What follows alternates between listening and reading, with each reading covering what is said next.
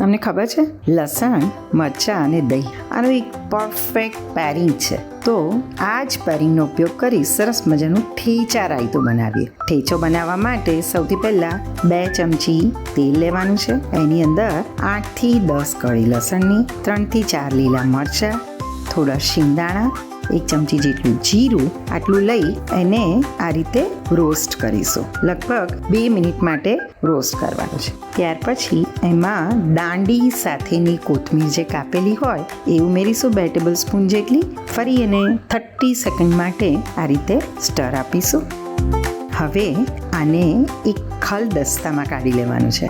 Yes, ઠેચો, એનું નામ જ ઠેચો છે એટલે એને ઠેચો એટલે કે ટીચવાનું છે. સરસ રીતે ખાંડી અને આ રીતે કરકરી એક ચટણી બનાવવાની છે, જેને કહેવામાં આવે છે ઠેચો. રાઈટ?